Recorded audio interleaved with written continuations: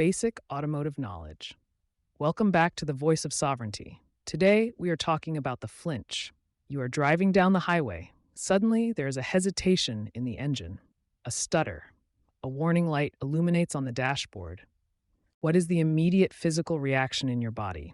For most people in the modern world, it is a tightening of the chest. It is a spike of cortisol.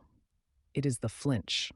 Why do we flinch? We flinch because we have outsourced our competence. We look at the 2 tons of metal and glass carrying us at 70 miles an hour, and we realize we have absolutely no idea how it works. We are entirely at the mercy of the tow truck, the dealership, and the mechanic's invoice. In the curriculum of Global Sovereign University, we teach that cognitive sovereignty and physical sovereignty are identical twins. You cannot maintain a clear, unbroken mind if your physical environment is a constant source of unmanaged anxiety.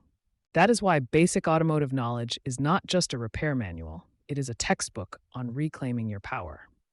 When you open the hood and understand that an engine requires only 3 basic things, fuel, air, and spark, the magic disappears. It becomes logic. When you apply total productive maintenance to your vehicle, you shift from a reactive victim to a proactive owner.